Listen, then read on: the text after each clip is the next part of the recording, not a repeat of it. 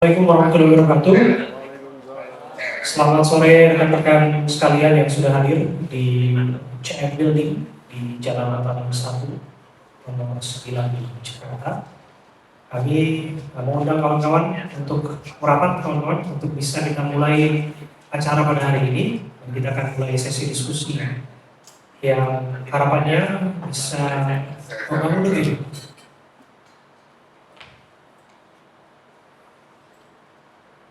Sekali lagi kami ucapkan selamat datang kepada seluruh rekan-rekan tamu undangan, sekaligus kita nanti masih ada dalam perjalanan kawan-kawan yang lain dalam sesi diskusi ini, dan kami ucapkan selamat datang dalam diskusi dengan tema pemetaan dukungan Capres yang diselenggarakan oleh ganjarcenter.id. Kita mulai berikan tepuk tangan yang paling meriah untuk saudara ini. Dan saya yakini tepuk tangan itu juga tepuk tangan rasa bangga kita setelah 32 tahun bangsa dan republik ini tidak meraih emas dalam SEA Games kemarin. Jadi luar biasa ya. 32 tahun menunggu, itu hampir dua generasi mungkin ya.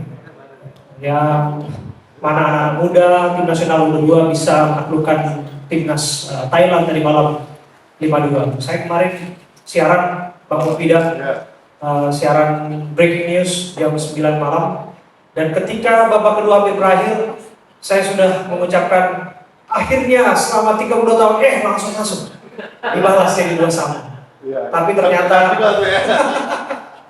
ternyata yang kuasa memang berpihak kepada Indonesia, dan akhirnya dengan emosi yang tumpah lain sebagainya, ya Indonesia bisa meraih gelar juara.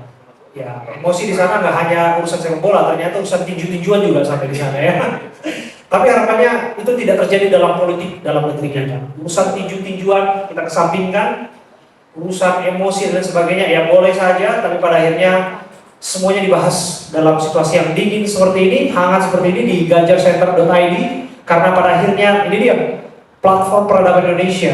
Kita membangun peradaban kita, peradaban yang baik dengan kultur yang sehat tentu saja, dengan kultur yang saling menghargai satu sama lain, dan ini yang nanti akan kita wariskan kepada anak cucu dan generasi berikutnya. Tanpa berlama-lama lagi, seperti pesan dari abangda saya, Bang Mufida ini, yang sudah lama gak ketemu ini, yang pada akhirnya menunjuk saya untuk jadi host di sini. Saya merasa terhormat Bang untuk diajak dalam diskusi ini. Perkenalkan, saya Abraham Silaban, saya seorang wartawan, sama dengan rekan-rekan yang ada di belakang. Saya eksekutif produser dan pembaca berita, penyiar berita di iNews TV. Sekarang mandu program AB Plus namanya, kebetulan panggilan saya AB. Saya punya program AB Plus, sekalian izin dengan sponsor dan promo supaya bagus ke depannya. Program penelusuran kita lagi bekerja hari ini untuk menyiasati kasus tindak pidana perdagangan orang yang terjadi di Myanmar. Kita akan ketemu dengan Pak Krisna Murti hari Jumat, dan tadi baru ketemu dengan keluarga korban. Kalau ingat urusan ini, saya ingat Kakanda Bang Mufida, karena urusan dia waktu masih di DPR waktu itu. Tapi apakah kemudian urusan itu bisa ditunaikan ketika kelak kemudian rezim yang berkuasa dan ada di dalamnya, nah itu masih menjadi misteri ya. Oke, dan tentu saja diskusi kita hari ini mengenai pemetaan dukungan Capres akan menghadirkan narasumber yang luar biasa. Kami hadirkan narasumber di sini, Direktur Eksekutif Trust Indonesia, Bapak Azari Ardinal. Untuk tangan dan kita undang untuk duduk depan. Dan ya, terima kasih sudah datang Bang Azari ya. Dan satu narasumber lainnya yaitu Direktur Eksekutif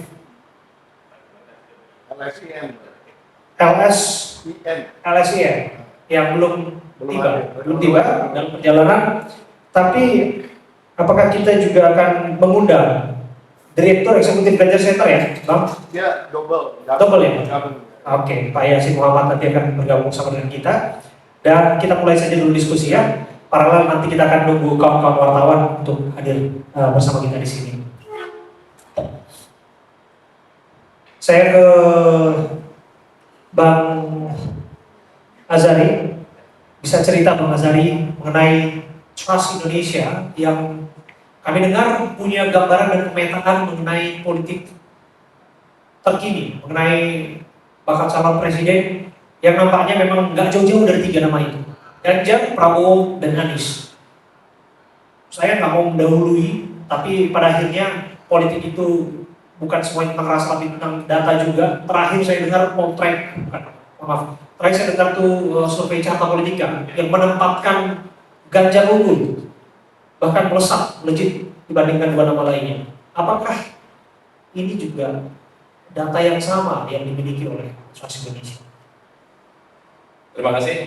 Selamat sore semuanya. Assalamualaikum warahmatullahi wabarakatuh. Waalaikumsalam. Terima kasih Bang Mumpida, ini penghormatan bagi kami, lembaga survei dan rekan-rekan yang lain, teman-teman media yang saya sudah kenal juga.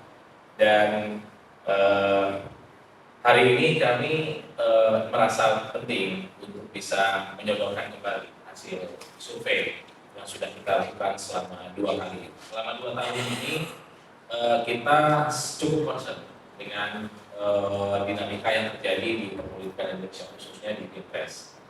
Karena Indonesia ini agak unik, Pak. Kenapa? Karena pergantian presidennya masih 2 tahun lagi, tapi perangnya udah mulai kelihatan. Makanya penting banget kita untuk bisa membangun, ya artinya atmosfer politik ini harus dibangun dengan dasar yang jauh lebih intelektual menurut saya. Artinya semua orang harus punya dasar. Kenapa saya mendukung si A? Kenapa saya mendukung si B? Kenapa saya mendukung si C? Bukan karena ya mohon maaf, apakah karena politik identitas atau karena kenyamanan terhadap salah satu calon presiden gitu kan, tapi seharusnya dibangun atas dasar mungkin ya kami merasa penting untuk setiap pemilih itu mulai mengenal visi dan misi calon presiden. Kemudian mereka mengenal juga tentang program kerja yang mungkin akan ditawarkan. Apakah itu justru posisinya melanjutkan atau memberikan perubahannya yang di mana gitu kan, itu kan penting juga untuk dieksplorasi. Makanya survei itu menjadi sangat penting. Jadi survei itu tidak hanya sekedar melihat elektabilitas, popularitas, bukan itu saja. Tapi yang jauh lebih penting dari sekedar itu adalah kita ingin membaca harapan dan keinginan masyarakat terkait dengan bagaimana wajah pemerintahan kita ke depan. Wajah kepemimpinan publik yang akan ditawarkan bukan saja di Indonesia tapi di dunia internasional. Kenapa? Karena hari ini Indonesia bukan saja jadi bahasa di Asia Tenggara, tapi sudah di dunia. Artinya, contoh misalnya di Economic Forum ternyata Indonesia sudah memainkan peran yang sangat besar karena punya cadangan nikel terbesar di dunia. Dan pada akhirnya ini menjadi harapan untuk bisa membangun konsep tenaga listrik baru gitu kan di masa depan. Makanya politik ini tidak lepas dari semua urusan ekonomi, sosial, politik, dan budaya. Gitu. Jadi itu dasar mengapa kami mencoba memotret dengan peta yang sebenarnya ini tidak mewakili tendensius kepada partai manapun. Bahkan walaupun kita di ruangan Ganjar Center, tapi ya kita tidak punya subjektif apapun di sini. Gitu. Kita benar-benar ingin objektif. Kalau memang apa-apa sih. Nanti subjeknya bareng-bareng Bang Hobi aja gitu kan. Tapi kalau di sini ya kita akan mencoba menampilkan apa adanya hasil riset kita. Mudah-mudahan ini bermanfaat ya Bang dan teman-teman semua. Paling tidak ada insight lah yang bisa teman-teman jadikan sebagai rujukan bahan diskusi di beberapa pertemuan-pertemuan yang lain. Oke, silakan Bang, apa yang ingin disampaikan, barangkali punya data-data yang barangkali bisa jadi input untuk kawan-kawan ini. Jadi silakan Mas dibuka. Sudah. Ya. Jadi kita membuat gambaran singkat dari peta yang kita lihat di sini. Ada sebaran pemilih berdasarkan provinsi. Kenapa ini kita langsung masuk di sini? Karena kan kita ingin mencoba memberikan insight-insight baru. Sebenarnya hasil rilis kita terkait dengan capaian elektabilitas dari masing-masing capres itu tidak jauh berbeda. Jadi ternyata poin yang ingin kami sampaikan adalah ada ya menurut saya sih persaingan yang cukup ketat lah ya, di antara ketiga capres yang hari ini digadang-gadang oleh publik. Yang pertama itu adalah Pak Ganjar, yang kedua Pak Anies, yang ketiga Pak Prabowo. Nah, justru antara Pak Anies, silakan Pak, antara Pak Anies dengan Pak Ganjar itu persaingannya itu sangat ketat. Artinya tidak ada yang dikatakan unggul satu dengan yang lain, hampir sama saja. Cuman mungkin di sebarannya, kemudian di penekanan pada demografinya itu mungkin agak sedikit berbeda, gitu. Sementara kalau Pak Prabowo itu justru memiliki sedikit perbedaan karena memang kalau kita lihat di sini Pak Anies itu unggul di Aceh, Banten, Jakarta, Jawa Barat, Kalimantan Barat, Kalimantan Selatan, sampai di Sumatera Utara. Sementara Ganjar itu unggul di Bali, Jogja, Jawa Tengah, Jawa Timur, Kalimantan Timur, Kepulauan Riau, Lampung, NTT, Papua Barat, sampai Sulawesi Utara. Sementara Pak Prabowo itu unggul di Kalimantan Tengah, Kalimantan Utara, Maluku, Papua, Papua Barat Daya, Papua Tengah, Sulawesi Tenggara, dan Sumatera Selatan. Ini adalah hasil survei kita di 5 bulan terakhir yang menurut kami masih relevan. Karena kita hanya ingin mencoba melihat pada saat kita coba keras tabulasi, di sini kami masukkan Pak Erlangga Hartarto juga. Kenapa? Karena beliau masih punya peluang. Yang pertama, beliau ini adalah penggagas dari KIB. Terus yang kedua, Golkar secara entitas politik itu selalu hadir dalam kontestasi politik pilpres. Nah ini perlu ya Bang Bobi lebih tahu lah. Ya artinya selama punya cerita dengan Golkar, menurut saya ini penting untuk dimasukkan bahwa Pak Erlangga tidak hanya bisa dilihat dalam konteks personalnya saja, tapi dia mewakili entitas partai besar yang merupakan simbol dari perpolitikan di Indonesia. Makanya kami masukkan di sini. Nah, tetapi sebaran keunggulan di masing-masing provinsi itu seperti ini. Lanjut, Mas. Nah, kita tidak ingin membahas siapa yang unggul secara keseluruhan, tapi kita ingin mencoba melihat dalam konteks unggulnya ada di mana, kenapa dia bisa unggul. Nah, kita mencoba mengcross tabulasi dalam konteks kategori. Yang pertama, kategori kelurahan dan desa. Kalau kelurahan ini, itu konteksnya adalah perkotaan. Nah, ternyata di perkotaan, itu pada saat kita ekstrak, itu pemilihnya ada sekitar 21,8%. Sementara di desa itu 78,2%. Artinya, anatominya lebih banyak pemilih di desa, di pedesaan. Nah, kita lihat ternyata masyarakat perkotaan itu ternyata masih lebih banyak memilih Pak Anies. Sementara masyarakat di pedesaan itu lebih banyak memilih Ganjar Pranowo. Dan Pak Prabowo Subianto itu cenderung hampir sama. Kita melihat bahwa ini tidak mengeneralisir, tetapi kita melihat bahwa ternyata masyarakat pedesaan jauh lebih bisa menerima Pak Ganjar daripada Pak Anies. Kemudian untuk laki-laki dan perempuan, ternyata Pak Anies itu lebih banyak disukai oleh perempuan walaupun hampir sama. Kira-kira begitu lah. Sementara Pak Ganjar itu lebih banyak disenangi oleh kaum perempuan. Dan Pak Prabowo Subianto itu kalau kita lihat hampir sama. Kemudian dari rentang usia, nah ini menarik.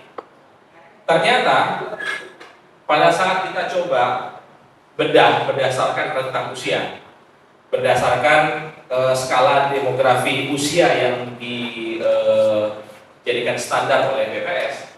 Yang pertama adalah Gen Z, yang kedua milenial, yang ketiga Gen X, yang keempat baby boomers. Nah, ternyata Pak Ganjar ini itu menang di Gen Z dan di baby boomers. Kita nggak tahu kenapa, tapi menurut kami ini menarik untuk kita diskusikan. Sementara Pak Anies itu cukup punya kemapanan di milenial dan Gen X. Bisa saja, mungkin ini kita anggap dari 24 tahun sampai 50 tahun ini adalah rentang usia yang matang, kira-kira begitu. Mungkin pendekatan penilaian pemilih itu lebih kepada penilaian rasional. Sementara kalau yang di 23 tahun ke bawah dan di atas 56 tahun bisa jadi mungkin pendekatannya lebih persuasif, bisa jadi begitu. Nah, jadi kami ulangi dari sisi keunggulan bahwa kalau Pak Anies itu unggulnya di daerah perkotaan dengan gender laki-laki untuk usia milenial dan Gen X. Sementara Pak Ganjar itu unggulnya di pedesaan dengan gender perempuan dengan usia Gen Z dan baby boomers. Artinya dari sini kami melihat memang ada pertarungan yang cukup sengit antara Anies dan Ganjar. Jadi di mana posisi Prabowo? Justru posisi Prabowo ada di kuda hitam kalau kami lihat. Artinya bisa saja mungkin pada saat beliau hari ini tidak menjadi leading, justru sebenarnya potensi kuda hitam ada di Pak Prabowo. Lanjut Mas. Nah, kita masuk di sebaran pemilih berdasarkan suku dan agama. Nah, di sini terlihat betul bahwa Anies itu unggul di Sunda, Melayu, Betawi, Minang, Tionghoa. Ini temuan bagus ini Bang Rupi. Ternyata cukup besar ya Anies di sini. Banjar, Sasak, Dayak, Aceh dan Makassar. Sementara Pak Ganjar itu unggul di Jawa, Batak, Bali, Minahasa. Nah, kalau dari sisi agama ternyata memang Pak Anies ini banyak diasosiasikan pada pemilih Muslim. Sementara pemilih non Muslim, Kristen Katolik dan Hindu itu lebih banyak Pak Ganjar. Tapi ternyata nanti akan kita lihat apakah ini bisa dijadikan sebagai rujukan terhadap pemilih berdasarkan agama atau tidak. Nah, kita akan lihat nanti di sini memang terlihat Pak Anies lebih tinggi. Silakan Mas dilanjutkan. Nah, ternyata di organisasi masyarakat Islam, mulai dari yang paling kanan sampai yang paling moderat, itu ternyata merata gitu. Artinya tidak serta-merta menyatakan bahwa semuanya ke Anies, tidak. Ternyata kalau kita lihat yang unggul Prabowo itu ada satu, itu organisasi Fatayat.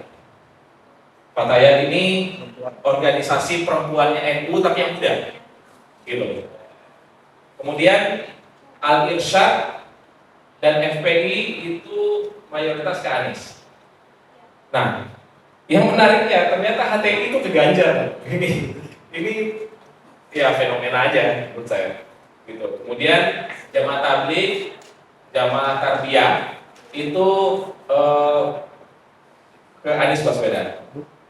NU ternyata 33,3% itu ke Ganjar Pranowo. Yang ke Anies itu cuma 16%. Bahkan lebih besar Pak Prabowo, sekitar 20%. Kemudian Muhammadiyah persis itu ke Anies. Kemudian Muslimat itu ke Pak Ganjar. Aisyah itu ke Pak Ganjar juga. Aisyah itu perempuan Muhammadiyah yang tidak. Kalau yang matangnya itu sorry. Aisyah, ya betul ya Aisyah ya, betul Aisyah. Kemudian untuk Nahdlatul Wathon, Al Khairat itu ke Anies Baswedan. Nah, kita juga bertanya tentang tidak ikut organisasi Islam apapun. Artinya ini sengaja kita munculkan. Kenapa? Karena kita ingin melihat entitas, gitu. Bukan berarti kita tidak memasukkan organisasi yang lain, tetapi kita ingin mencoba melihat apakah benar ada politik identitas. Ternyata tidak. Ternyata ya cair aja. Ini menjawab bahwa politik kita di 2024 itu akan menjadi politik yang sangat cair. Bahwa orang tidak akan melihat pada bawaannya, tapi orang akan melihat pada apa yang menjadi gagasannya, apa yang menjadi capaian prestasinya, dan tentu apa yang akan dia tawarkan untuk Indonesia. Kemudian dari sisi pendidikan kita lihat untuk yang tidak bersekolah itu 22,1% rata-rata ke Pak Prabowo. SD dan SMP itu ke Pak Ganjar, SMA dan sarjana itu ke Anies Baswedan. Nah, ini mungkin karena pendekatannya berbeda kali ya. Kalau Pak Ganjar ini mungkin bisa masukkan nih buat Pak Bobi. Artinya terlalu sering, ya kalau saya kan bebas saja, namanya juga konsultan kan ya, pengamat gitu kan, wajar aja kan kita ngomong gitu kan. Artinya bisa saja mungkin perlu ada perubahan gaya, tidak melulu fokus kepada gimmick politik gitu, tetapi lebih kepada visi misi dan tentu juga janji kampanye, gagasan. Karena ternyata kalau di Anies itu kaya gagasan, ide, visi, tapi gimmicknya kurang gitu. Artinya mungkin tampilan secara personal itu ternyata juga menjadi penting bagi pemilih gitu. Artinya kalau seandainya hanya tampil seperti layaknya Pak SBY saja gitu kan, ya mungkin pemilihnya yang cenderung ke Pak Jokowi tidak akan pilih gitu kan. Tapi kalau polanya Pak Jokowi saja, ya pemilihnya Pak SBY juga akan pilih gitu. Artinya perlu ada kombinasi di antara kedua. Lanjut. Nah, kemudian sebaran pemilih berdasarkan pendapatan dan pekerjaan.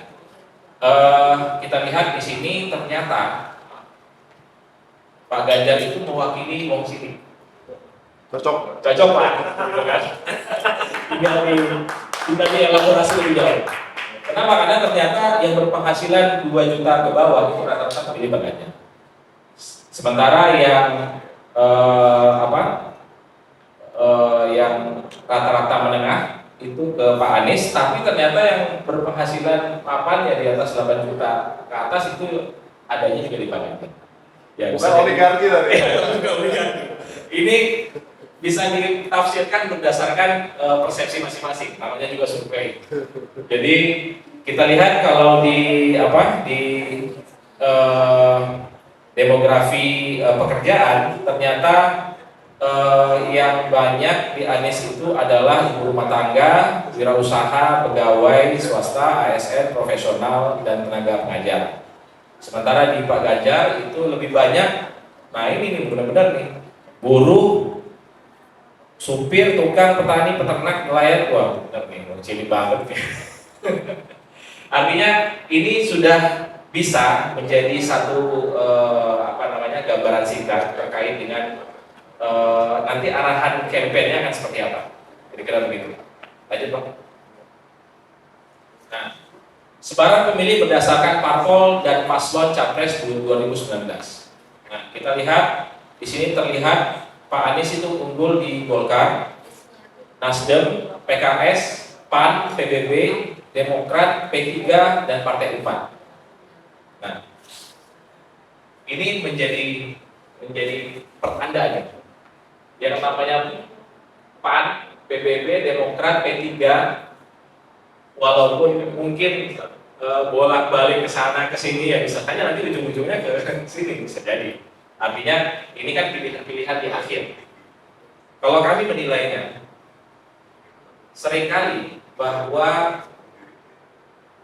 pengambilan kebijakan partai di awal-awal proses pencalonan itu akan selalu dibumbui oleh subjektivitas. Tapi ujung-ujungnya pada saat nanti sudah mau pendaftaran, itu pasti semuanya objektif. Semuanya objektif. Jadi nggak ada yang berdasarkan karena kedekatan ini, semuanya objektif. Kenapa? Karena semuanya mau menang. Seperti itu.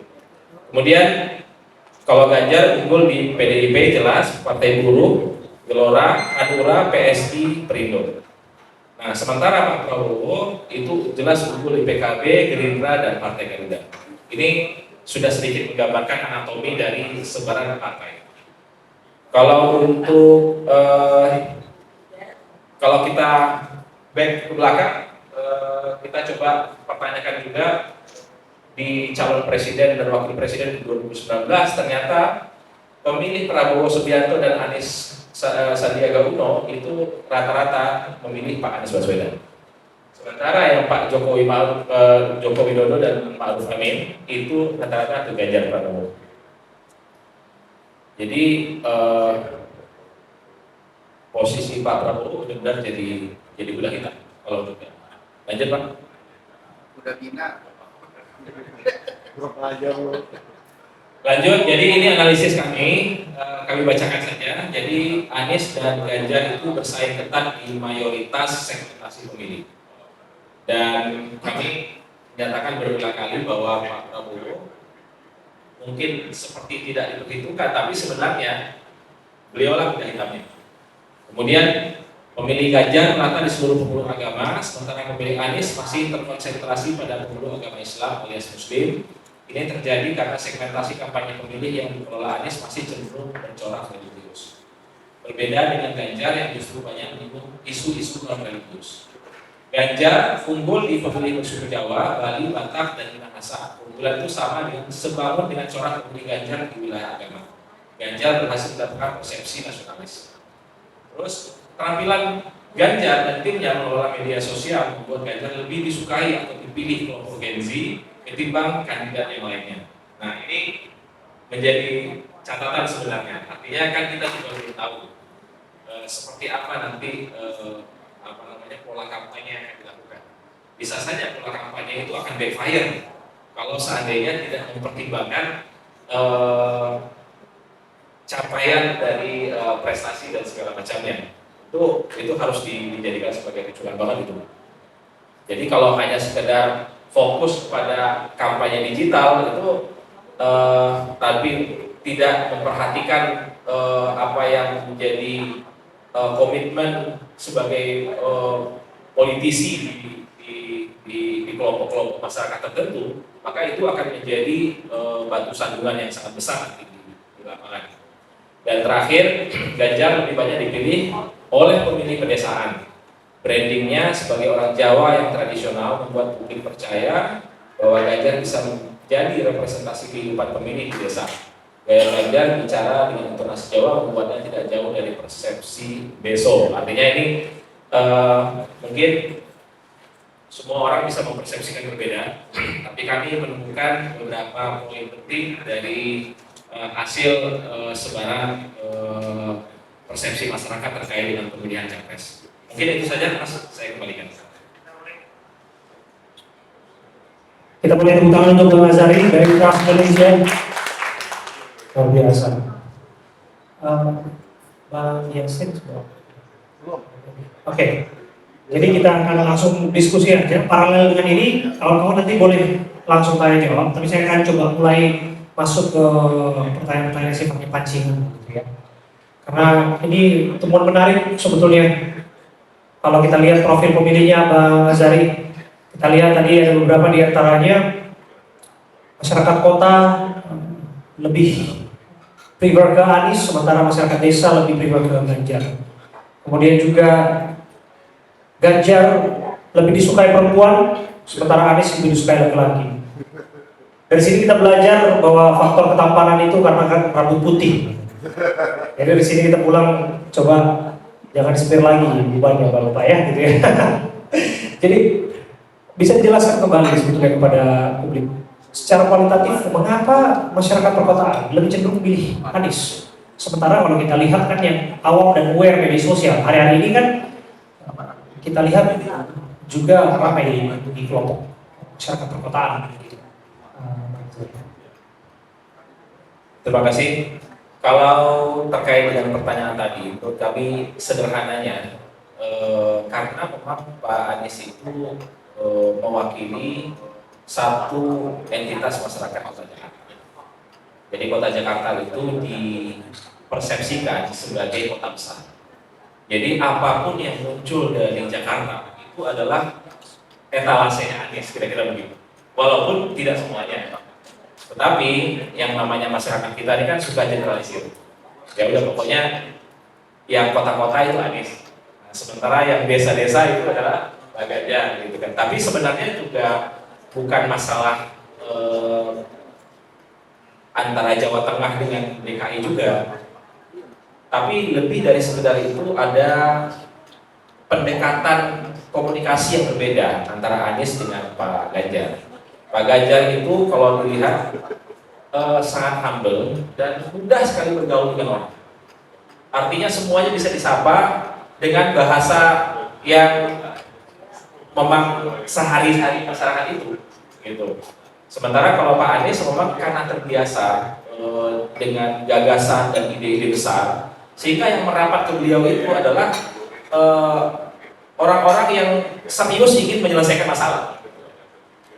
Kalau Pak Ganjar mungkin ya karena yang ditemui justru orang-orang yang hanya sekedar ingin menyapa. Mungkin tidak juga berpikir bahwa ini ada masalah wadah, ada masalah jalan, ada masalah ini. Mereka nggak akan berpikir. Kenapa? Karena dengan cara komunikasinya saja itu mungkin sudah mewakili harapan mereka untuk untuk bisa menyapa pemimpin mereka. Nah, artinya itu yang pertama bahwa perbedaannya itu sebenarnya lebih kepada persepsi. Kemudian yang kedua, menurut kami, kenapa Pak Anies itu lebih unggul di perkotaan? Karena memang hampir semua yang beliau itu adalah kelompok masyarakat yang tadi disebutkan, yang terpilih. Tadi kalau terlihat di hasil survei kami itu rata-rata SMA, kuliah ke atas. Sementara kalau Pak Ganjar itu yang memilih di demografi pemilihnya itu terlihat SD ke bawah, SMP, SD. Artinya pilihan ini pilihan alamiah menurut saya. Jadi wajar kalau seandainya ternyata konteks perkotaan itu lebih dianggap sebagai mewakili masyarakat perkotaan yang modern. Sementara pendidikan yang di bawahnya itu mewakili konteks masyarakat di desa. Walaupun kita tidak bisa mengeneralisir itu, tapi ini menurut kami adalah salah satu jawaban yang paling tepat. Dari sini bisa kita baca artinya bahwa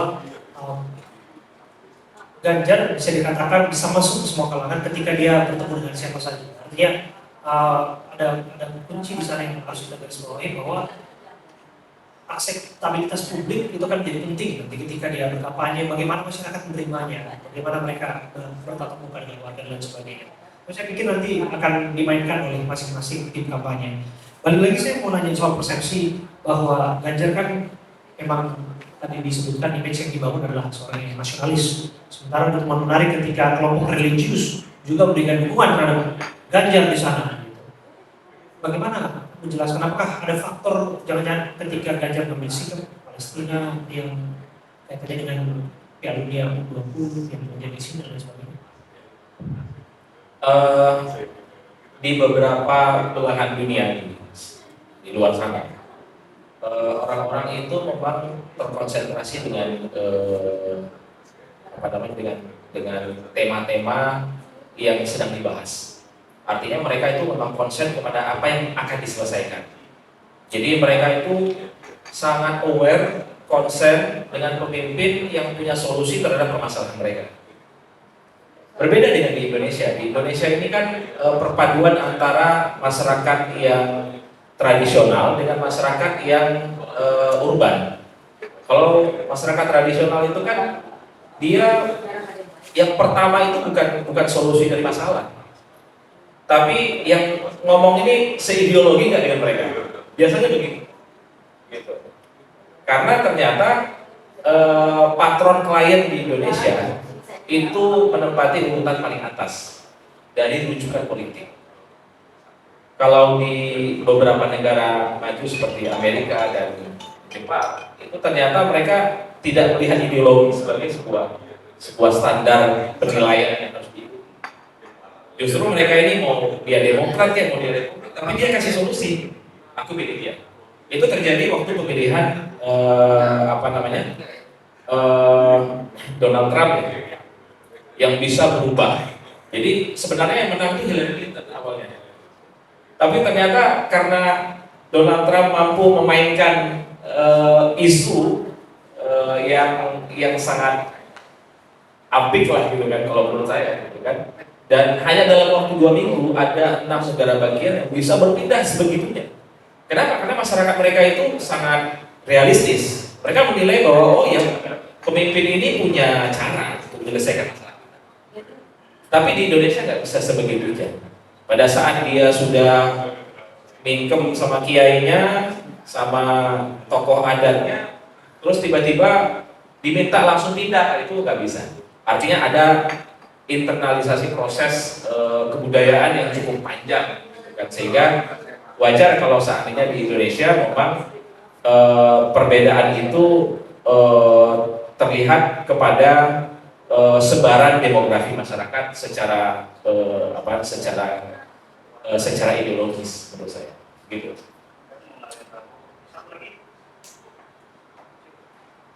Cek. Nah, sebelum nanti masuk ke tanya jawab, nanti barangkali Bang Bida boleh nanti memberikan tanggapan dan sebagainya.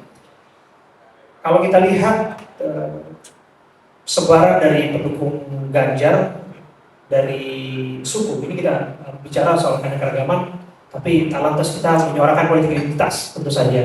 Tapi kalau berdasarkan data di sini, Anies unggul di suku Sunda, Melayu, Betawi, Minang, Tionghoa, Banjar, Sasak, Dayak, Aceh, dan Makassar. Sementara Ganjar unggul di Jawa, Batak, Bali, dan Minahasa. Ini menarik nih.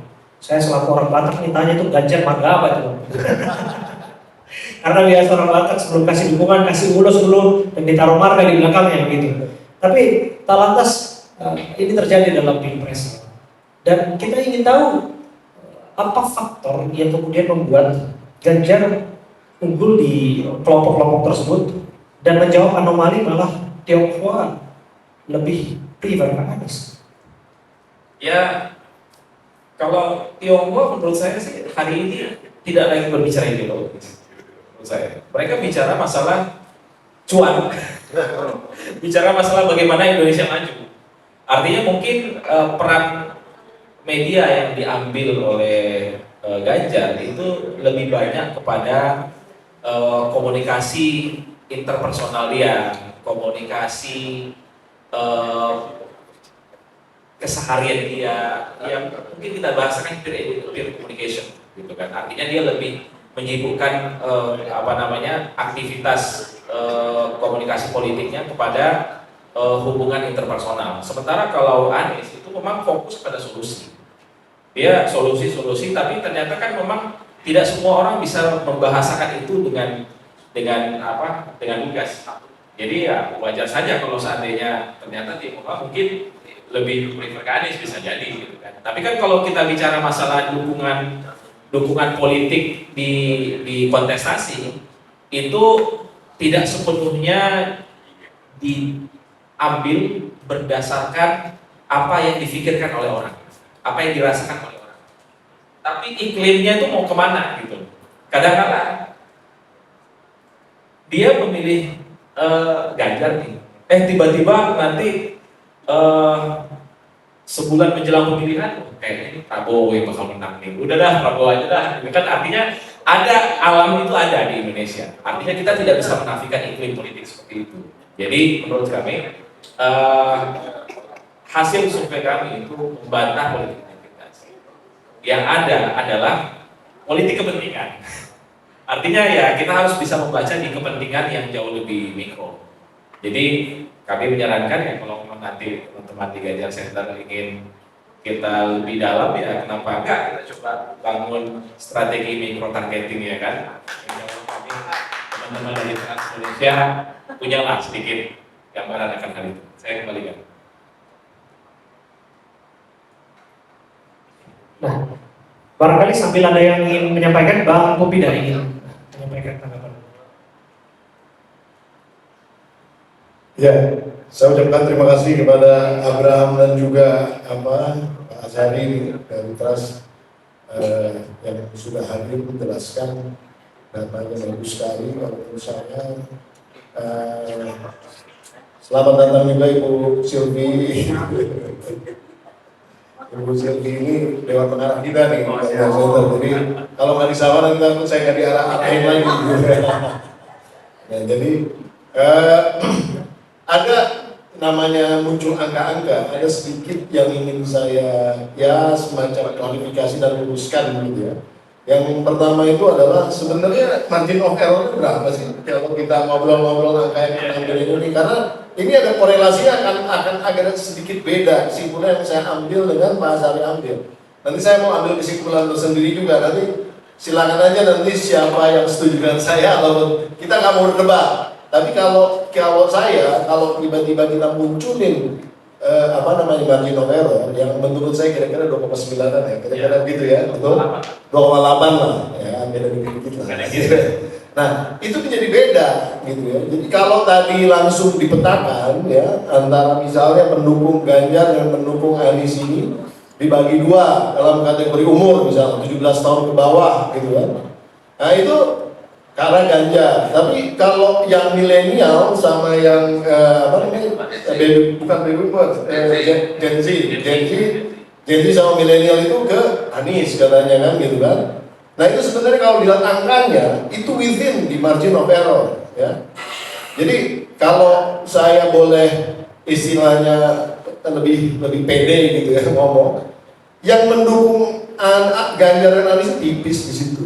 Sebenarnya dibagi dua kalau dilihat, karena within the margin of error masih 2%-an. Jadi sebenarnya Ganjar di situ imbang bukan kalah, gitu loh. Jadi sebenarnya yang lebih merata di berbagai generasi ini ya Ganjar sebenarnya. Karena kalau Ganjar itu yang kalau ketika menang di golongan umur tadi dia menang telak, yang lain kalah gitu. Tapi di dua milenial dan Gen Z tadi ya memang Ganjar imbang sebetulnya dengan Anies. Kalau saya boleh simpulkan itu ya, koreksi sedikit ya.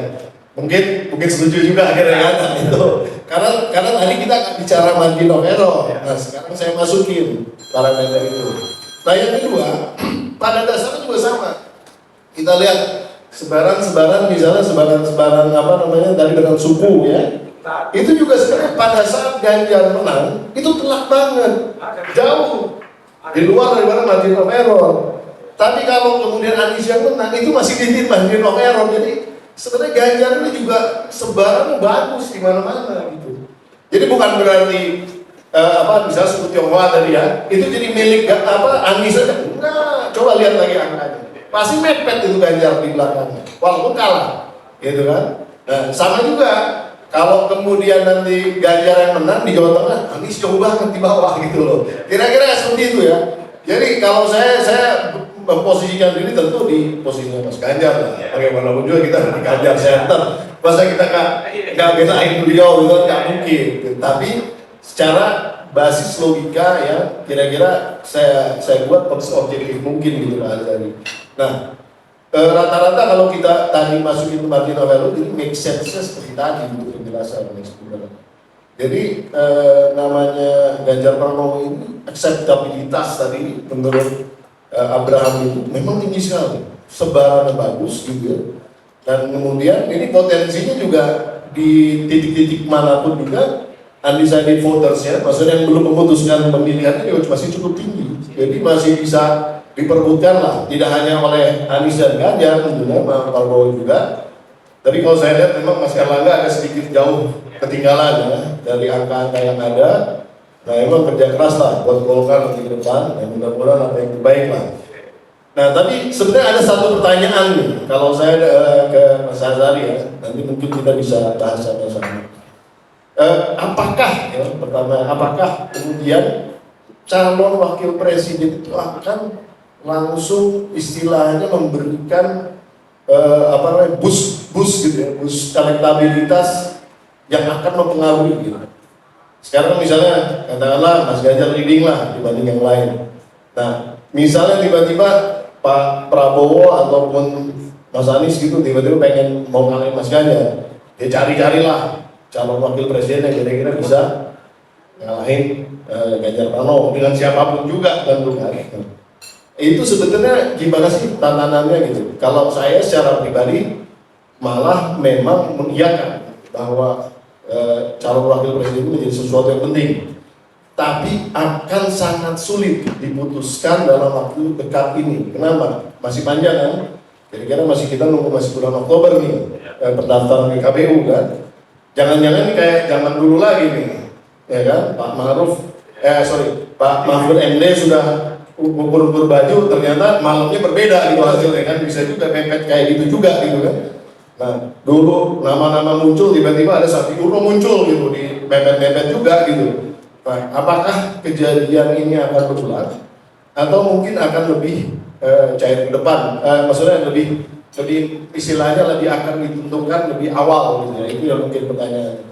Nah, saya sendiri melihat kemungkinan akan mepet, tapi mengingat daya tarik menarik antar partai ini semakin kuat, ini juga bisa diputusin di depan gitu. Nah, jadi saya ingin minta opini di situ kira-kira. Baik, terima kasih Pak Bobi. Ini tadi kita udah disentil sedikit masalah 2,8% margin of error.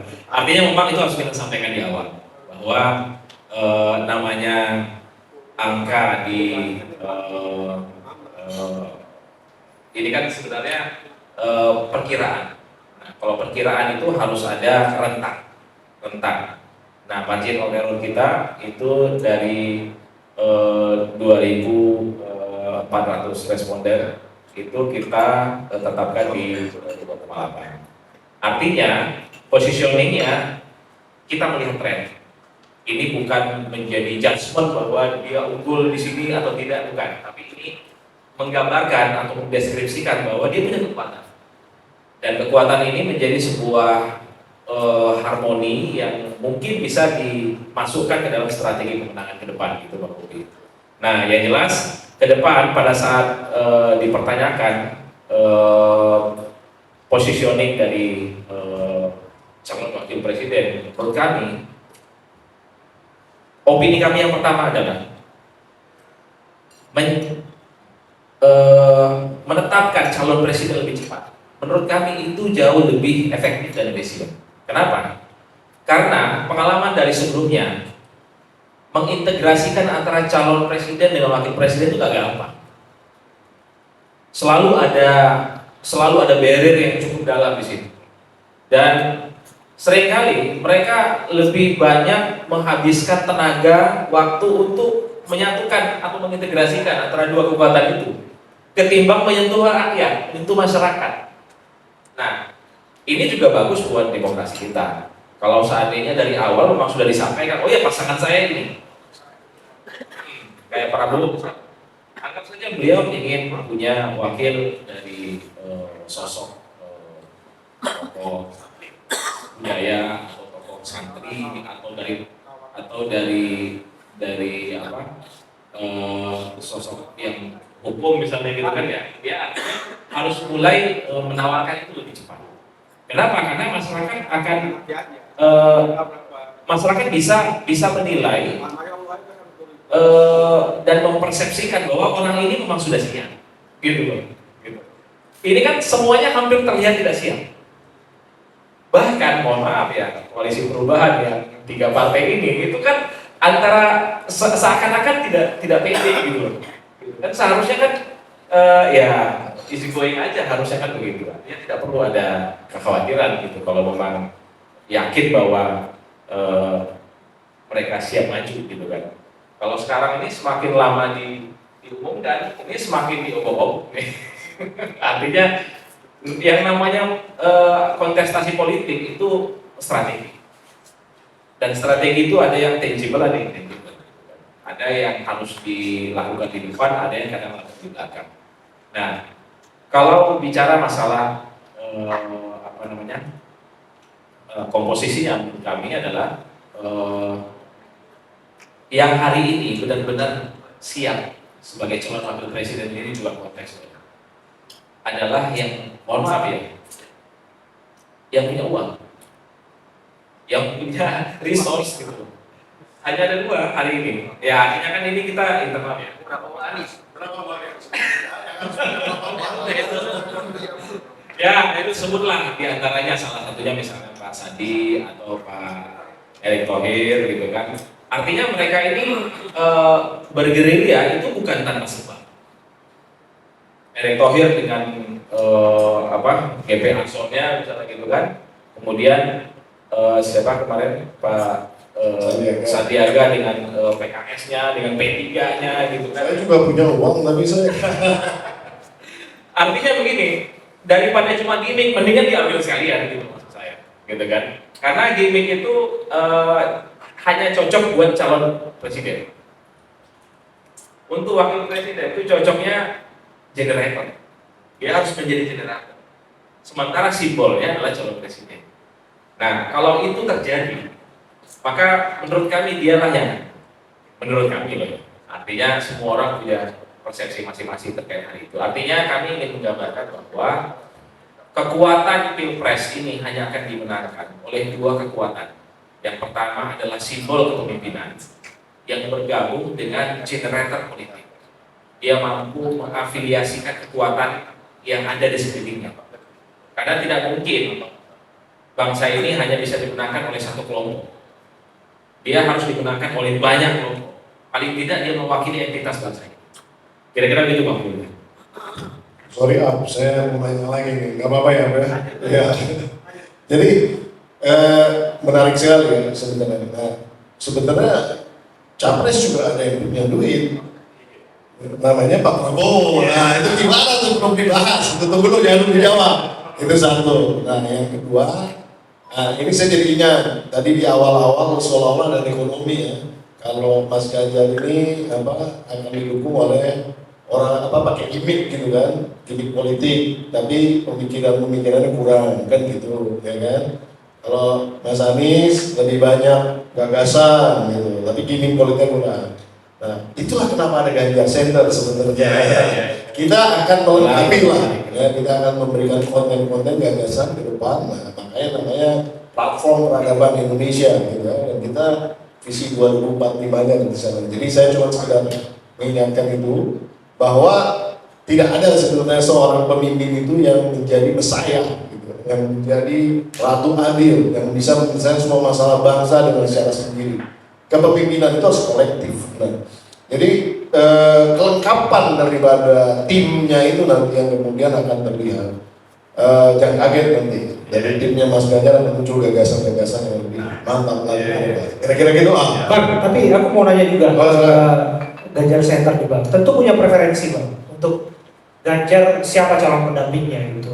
Ada beberapa nama yang masuk, termasuk kalau kita ikuti bagaimana kedekatan Ganjar dan Sandi ya. Beliau dalam satu forum di Semarang kalau saya nggak salah atau di Solo di Jawa Tengah, mereka sama-sama mengatakan dekat, kompak, dan sama-sama pelari jarak jauh. Dan di sisi lain juga ada preferensi yang ingin menyatukan Ganjar dan Erick Thohir. Sementara kan ini juga momentum dimanfaatkan. Terlihat timnas U22 menang di sana. Apakah kemudian dengan gaya Erick Thohir yang kemarin ngomelin tim lawan yang sempat pukul-pukulan dengan tim kita, itu akan menjadi insentif bagi dirinya untuk kemudian bisa dipasangkan dengan Ganjar? Atau preferensinya seperti apa dari Ganjar Center, Bang Bina? Ya, wah, kalau Ganjar Center kemudian membuat satu analisa dan keputusan sepak bola, bahaya kita. Jadi kita akan berpikir beyond daripada itu tentunya secara keseluruhan. Namun ya figur-figur cawapres ini yang muncul, baik Pak Erick maupun Pak Sandi misalnya, dua-duanya memang ya tokoh-tokoh nasional yang memang sudah mumpuni. Tadi koceknya banyak juga, tapi kan nggak ada jaminan sebenarnya dengan katakanlah pendanaan yang banyak itu kemudian bisa memenangkan satu pertarungan. Di Indonesia ini banyak hal yang luar biasa ya. Kadang-kadang justru malah terbalik gitu ya. Seseorang dengan, ini mantan ketua umum saya lah misalnya, tapi off the record tolong yang disebut ya. Misalnya Pak Abu Rizal Bakri, kurang apa sih beliau udah pemimpin partai nomor 2 terbesar, ya kan? Terus kemudian juga duitnya mungkin salah satu orang terkaya di Indonesia. Nah, punya TV juga, TV-nya apa tuh gitu. Nah, tapi kenapa gitu ya? Dapat tiket capres ini nggak bisa. Ini mohon maaf ya, masuk cawapres juga nggak dapat juga gitu. Nah artinya sebenarnya nggak semuanya rumusan itu ada di situ, nggak sesederhana itu politik kita itu. Tapi kalau saya lihat, saya secara pribadi saya punya kedekatan juga dengan Sandi sebenarnya. Ya. Pak Sandi Uno ini saya berteman sebelum dia jadi ketua PBB udah panjang sekali tuh perjalanan gitu. Jadi saya sempat WA dia, wah bro kalau Mas Bro nih saya bilang kalau misalnya jadi cawapresnya Mas Ganjar nih saya senang banget lah, saya bilang gitu. Ya, semangat terus katanya cuma gitu doang aja komentarnya, padahal dia berharap juga sebenarnya itu pastinya. Tapi ini kan sebenarnya wewenang bukan ada di kita, ya, nggak ada di Ganjar Seno sama sekali, kita hanya memberikan masukan mungkin ke Mas Ganjar nanti.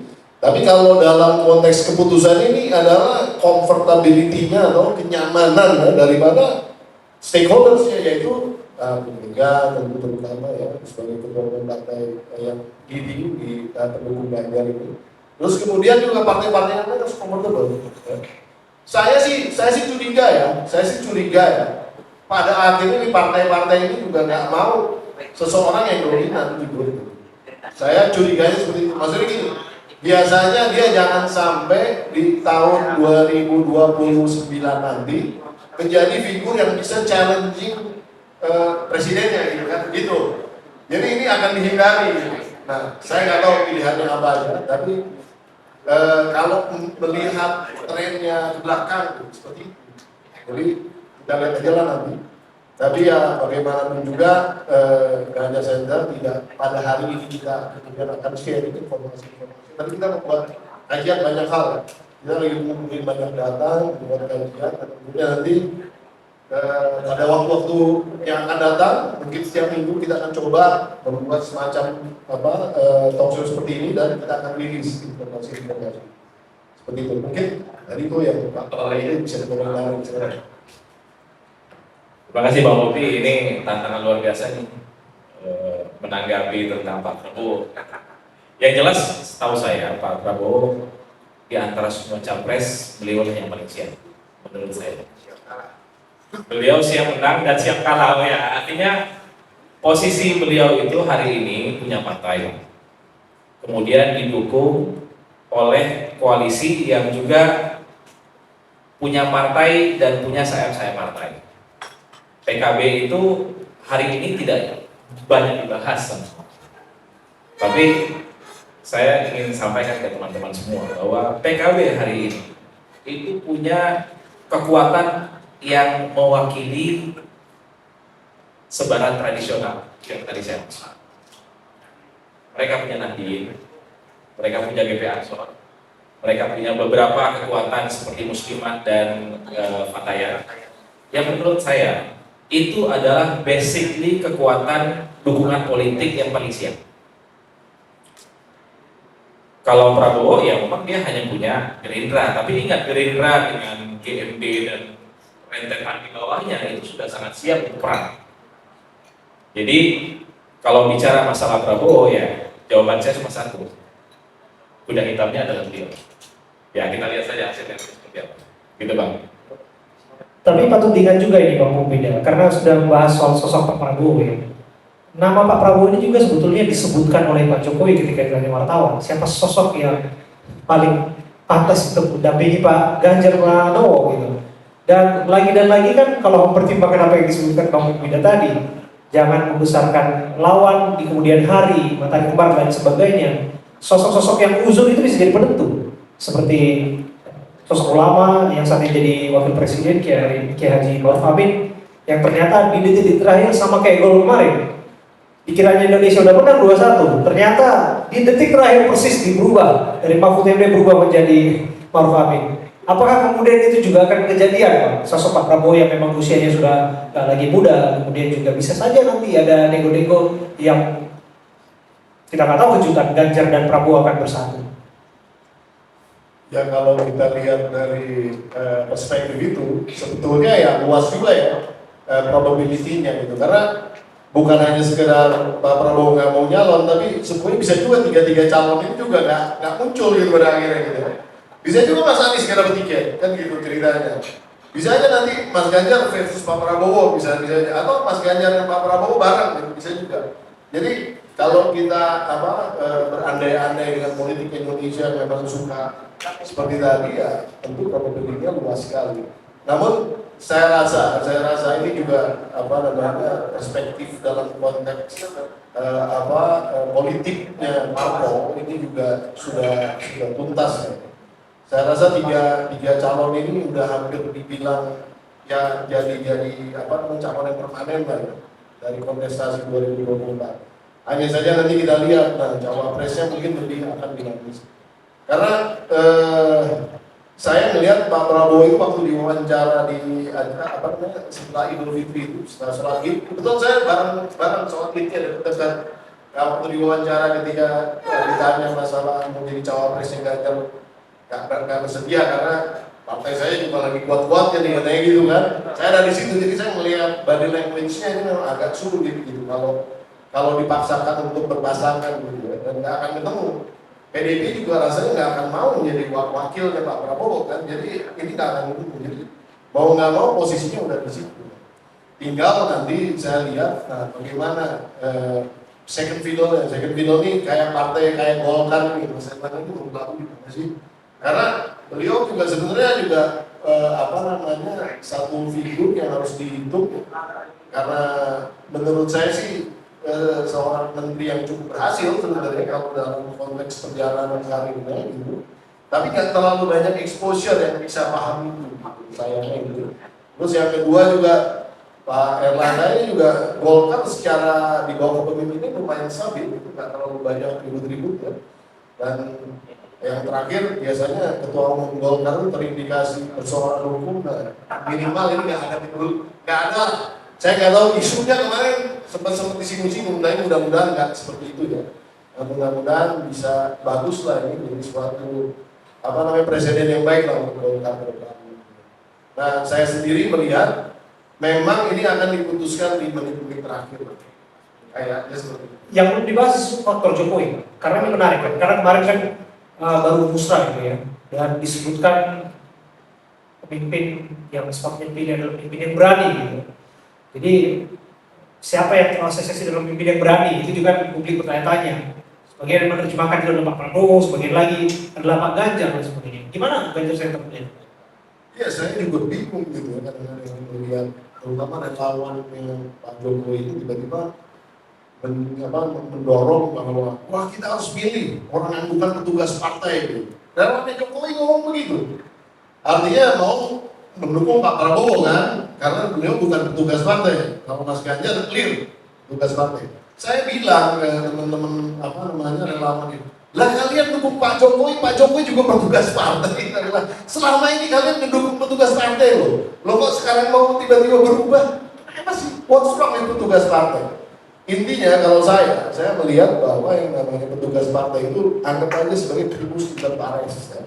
Jadi pemimpin itu jangan terlalu tinggi dinaikannya, jadi ditinggikan seranting aja, dimajukannya selangkah aja. Jadi jangan jauh-jauh. Itu istilah badan. Ditinggikan seranting, dimajukan selangkah supaya kalau salah bisa kita ingetin, ya kan? Supaya kalau istilahnya mau bener kita bisa kasih tahu gitu. Kalau jauh-jauh kita kasih tahunya susah. Kalau ketinggian, udah susah deh, orang pada menyembah dan lain-lain, udah nggak bisa lagi dibenerin. Nah, itu poinnya sebenarnya. Ya. Jadi primus inter pares itu menjadi penting, dan ini kan sebenarnya wacana udah lama. Seorang Jokowi yang petugas partai kok sukses kok menurut saya di dalam konteks kita ini. Jadi isu petugas partai selesai, nggak ada lagi gitu sebenarnya. Ya, nggak usah diperdebatkan lagi, nggak usah nyari sosok yang lain, karena petugas partai itu satu successful gitu. Nah, yang kedua berani. Saya ngelihat berani itu bukan di dalam konteks marah-marah dan kemudian berani nunjuk-nunjuk orang itu enggak. Berani itu di dalam konteks banyak hal. Berani jujur misalnya. Nah itu suatu hal yang nilainya luar biasa gitu. Nanti mungkin ada teman-teman yang bisa menjelaskan gitu, kenapa berani jujur itu menjadi penting. Dan semua orang bisa kan? Setransparan Mas Ganjar di dalam konteks komunikasi publik. Ada beberapa hal yang saya sendiri juga berani ngomong seperti itu. Tapi kalau Mas Ganjar berani ngomong bebas aja. Ya, jadi saya melihat keberanian itu juga ada di dalam tatanan yang dibangun. Memang orangnya santun Mas Ganjar itu. Ingat ya, JFK John Kennedy itu pernah bilang, ya, civility is not a sign of weakness. Artinya sopan santun itu bukan suatu kelemahan. Tapi dia bilang, never fear to negotiate and never negotiate under fear. Ya, jadi jangan kita kemudian bernegosiasi dalam ketakutan dan jangan takut untuk bernegosiasi. Kata jadi buat Kennedy sopan santun biasa-biasa aja. Low profile itu biasa-biasa, tapi bukan berarti kita takut, bukan berarti kita kemudian juga lemah. Jadi itu jangan salah. Bahkan di dalam beberapa tahun waktu Pak SBY menjabat di periode kedua, itu kan ada Profesor Nay itu, saya bukunya baca itu soft power. Gita Wirjawan lah yang sering cerita tentang soft power waktu itu saya baca, dan Pak SBY mengimplementasi soft power itu sebenarnya. Walaupun belum tentang pemerintahannya pada periode kedua itu cukup berat karena kasus korupsinya orang-orang Demokrat dan lain-lain. Jadi memang soft power tadi bekerja, orang banyak simpati dengan soft power. Jadi saya melihat Mas Ganjar bisa menjadi seorang figur yang berani di dalam konteks ya secara real. Dia jelas kok tentang Israel misalnya gitu, jelas. Statementnya jelas gitu kan. Posisi pendapatnya di mana gitu. Jelas clear. Nggak ada yang ditutup. Terus kemudian juga ketika ada kasus-kasus saya nggak nyebut kasus khususnya gitu. Ya kalau misalnya disalahkan, salahkan saya kena masalah nanti saya coba perbaiki cara saya itu suatu basis transparansi sudah ada yang luar biasa. Kadang-kadang orang kan nggak mau disalahin, apalagi pemimpin gitu. Wah ini bukan salah saya nih.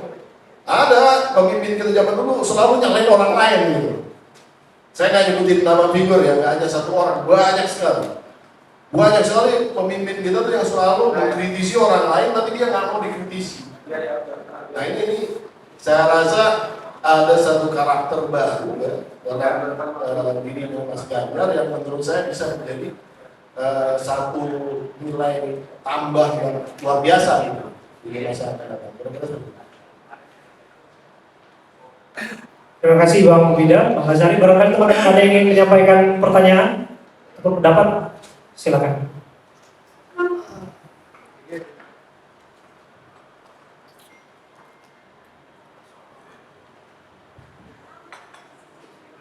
kasih. Assalamualaikum warahmatullahi wabarakatuh. Waalaikumsalam. Mungkin setelah saya bertanya nanti saya juga mau komentari katanya. Ada dua hal yang mau saya tanya atau sedikit silakan. Pertama, Mohon izin Pak, dengan namanya siapa Pak? Mas Amex ya, silakan Pak. Max. Tergantung bidangnya. Kalau barat Max. Oke, silakan. Yang pertama, banyak pemilih itu masih potensi siapa cawapresnya. Itu sebenarnya seberapa signifikannya sih pengaruh siapa cawapres. Itu di riset juga nggak, di survei gitu. Karena kalau saya secara personal urusan itu udah kelar, artinya siapa cawapres itu bukan persoalan bagi saya. Karena saya juga melihat posisi wapres itu tidak, ya mungkin saya salah ya, tidak strategis banget gitu, yang bisa mengarah mengubah arah Indonesia. Karena itu tetap di presidennya gitu. Tapi kan kalau saya bertanya baik kepada yang kelihatannya pendukung Anies maupun pendukung Ganjar, ya kebetulan dua ini yang kelihatannya pendukung Prabowo belum muncul di survei ikuti, itu wah gue tergantung cawapres ya gitu. Jadi itu apa juga di survei juga enggak, karena ini mungkin juga menjadi nanti hasil survei itu bisa saya share juga teman-teman, ternyata signifikan juga, misalnya signifikan ya udah berarti saya pahami. Terus yang kedua, seringkali basis kita untuk memilih itu dasar argumentasinya kan seringkali subjektif, tidak pernah mendorong parameter yang objektif. Misalnya saya pernah juga mendorong Mas Kopida di Kesehatan melakukan survei seperti yang dilakukan oleh Josh Coulter dan Mary Foster yang saya angkat di pusat-pusat saya. Dia menyebutkan karakter yang paling utama dari seorang pemimpin yang dikagumi survei ke belasan ribu responden gitu, itu adalah pertama jujur, mengalahkan karakter-karakter lain. Karena sampai 84%, yang lainnya langsung lompat ke 60%. Sementara kalau ada yang bilang mendukung Anies karena intelektual, kalau menurut survei ini, itu mendapat posisi ke-6 dengan perolehan 40% gitu. Jadi, nah saya sering mendorong kenapa? Itu kan survei tahun 2000-an awal ya gitu. Relevan nggak sih gitu? Artinya kita melakukan survei ulang dalam konteks keindonesiaan. Pemimpin yang mana yang kira-kira cocok buat Indonesia, bisa membawa Indonesia maju. Tapi sayangnya kan ini tidak pernah dilakukan survei ya, oleh banyak lembaga-lembaga survei. Tapi detik ini gitu, apa mereka wacananya nggak nyampe atau apa gitu. Karena menurut saya penting. Nanti dari basis ini, baru kemudian kita memetakan.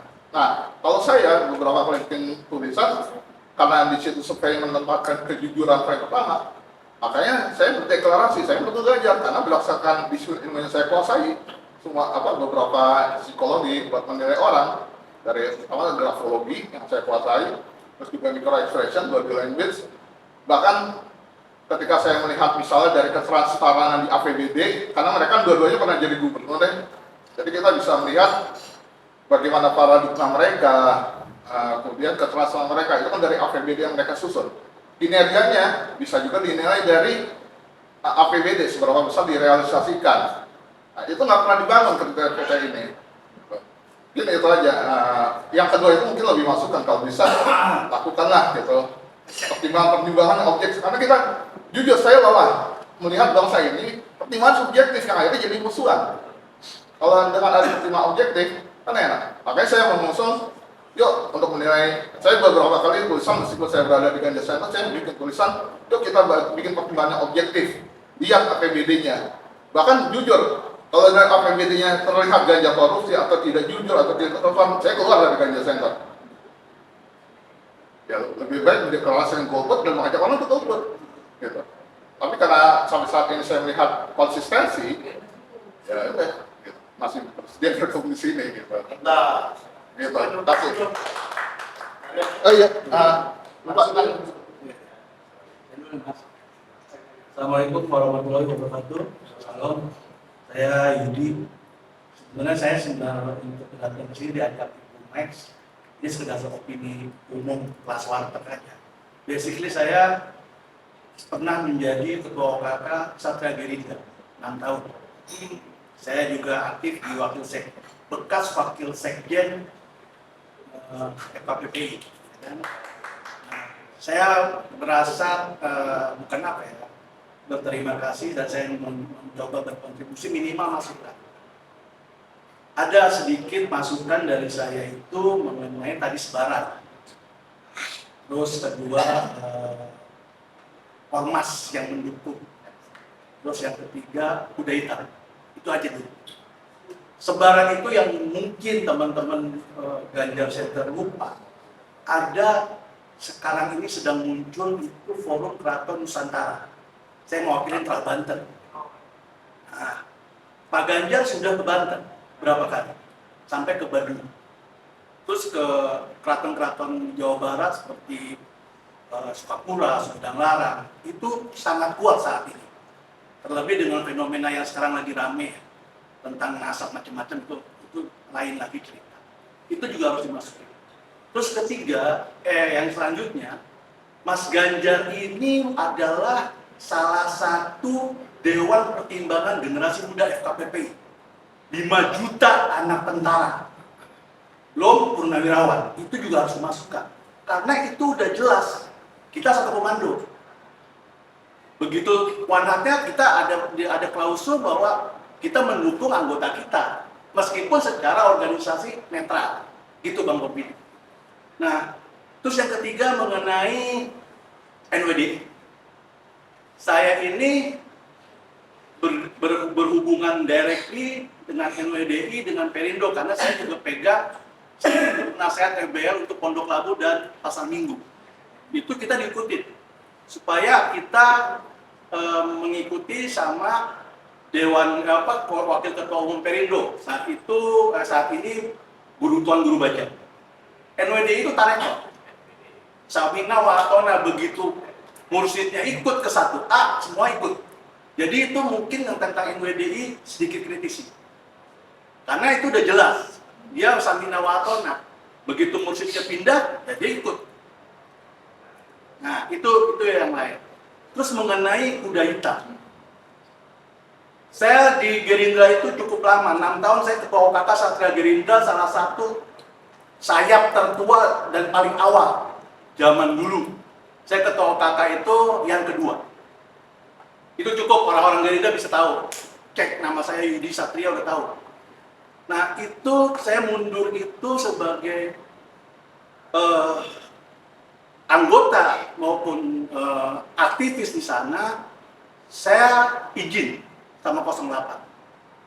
Saya izin, Pak, saya mundur. Kenapa? Saya suka Jokowi. Akhirnya saya sama teman-teman ngedirin Barak.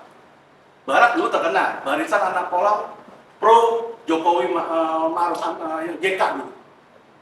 Itu saya sampai di blok sama teman-teman FKPPI, karena FKPPI secara nasional diarahkan ke 08 sampai kejadian MK rusuh. Itu saya waktu itu pendiri Barak. Barak itu diakuisisi sama Mas Pras. Mas Pras ketua DPRD. Kita bikin kantor juga. Nah, dia bilang, gua ambil yuk Barak. Otak lu gua pakai. Tapi lu silent. Oke, gak masalah, kamu jalan. Saya dimusuhin 6 bulan saya lari. Karena dimusuhin anak tentara se-Indonesia, males kan. Jadi ngumpet aja tiara. Nah, kuda hitam, saya melihat yang paling siap itu Pak Anies. Pak Prabowo sosok lah. Nggak terlalu, saya tahu Gerindra lah. Meskipun kuat, tapi untuk pola perang, dia kuat di, kalau perang kita analogikan dengan perang, itu serangan udara terus. Serangan daratnya nanti. Itu saya pernah bicara itu waktu di relawan Jokowi sama Pak Endro yang tentang kampanye hitam. Saya di Indonesia Raya itu saya pegang Jakarta Raya dan Kepulauan Seribu untuk kampanye hitam. Dulu waktu masih di Gerindra. Sampai saya jadi relawan biasa aja, non partai. Tapi senang aja. Kayak saya datang diajak Bung Max, "Yuk bro, ikut. Oh, gue nggak ikutan nih." Nggak, discuss aja kita. Oke, saya bilang discuss. Cuman yang sekali lagi yang harus diperhatiin sama teman-teman Ganjar, bahwa Ganjar itu punya pendukung tradisional saat ini. Karena dia pinternya apa? Dia masuk ke keraton-keraton kecil nih. Dan itu sama kayak NWDI. Begitu Kak Sultannya bilang, lo bawa ke sini. Banten itu terbagi 3. Banten itu ada Pak Anies, ada Ganjar. Ganjar itu nomor 2. Dan basis tradisional Banten itu Prabowo, karena di situ ada basis Kopassus. Itu dari dulu tuh Banten. Nah itu kalau kita menguatkan ini, apalagi dengan basically kekuatannya 5 juta anak-anak purnawirawan dan TNI Polri, kita fokus aja ke yang asli-aslinya. Yang lain mungkin sekedar sekedar dibuat pembuat, tapi yang sudah kuat dikuatin. Itu aja. Terima kasih semuanya. Assalamualaikum warahmatullahi wabarakatuh. Heru, mau masuk dulu apa ya? Silakan Bang Heru ya. Assalamualaikum warahmatullahi wabarakatuh. Nama saya Heru. Mungkin saya hanya sedikit bicara aja ya. Kalau menurut saya ya, apapun metode yang digunakan untuk mensurvei elektabilitas dari Ganjar, apapun namanya, Ganjar tetap akan menjadi nomor 1. Itu karena apa? Itu karena memang sudah sunatullah. Keyakinan kita di Ganjar Center seperti itu. Apapun range umur, dari umur yang udah dewasa, dari latar belakang pendidikan, saya yakin Pak Ganjar itu tetap di mata mereka adalah top. Dan yang kalau untuk yang lainnya, misalnya kayak Pak Prabowo, Pak Prabowo itu saya angkat jempol sekali sama beliau. Karena apa? Karena sudah hampir 6 kali dia ikut konstelasi pilpres 6 kali, 5 kali kalah, 1 kali hampir kalah, jadi 6. Mungkin kalau kita buat rekor muri, mungkin kita bisa kasih rekor muri buat 6 kali. Itu ya, menurut pendapat saya ya. Ya sudahlah kalau untuk Pak Prabowo, apapun namanya, dia apa ya namanya, dia underground atau apa kuda hitam. Kalau untuk Ganjar udah nggak bisa hitung lagi kan, karena udah 6 kali, udah jong lah bagi kita apapun. Karena generasi sekarang ini tahu dari jejak digital, dari apa latar belakang dia atau segala macam, sudah mengerti semua. Dan untuk yang Pak Anies, kalau saya Pak Anies kesian sekali Pak Anies ya, ada 3 koalisi yang mendukung dia, Demokrat, PKS, sama Nasdem. Yang Nasdem sekarang lagi kebakaran rumahnya tuh, gara-gara si itu ditangkap. Kan kebakaran gitu, sekarang Surya Paloh lagi madamin, dipadamin aja, nggak padam-padam.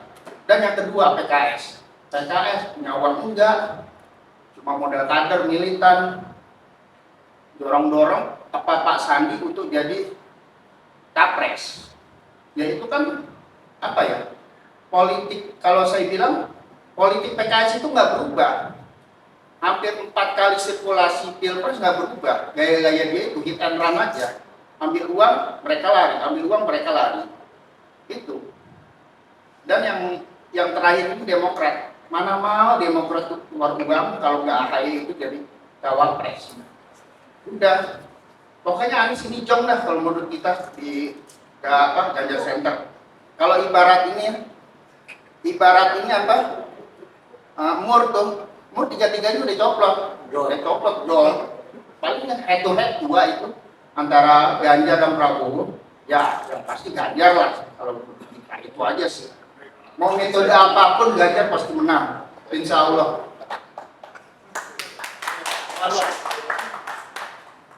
Luar biasa. Silakan. Ya, assalamualaikum warahmatullahi wabarakatuh. Saya Mirwan. Kebetulan bukan perwakilan manapun ya.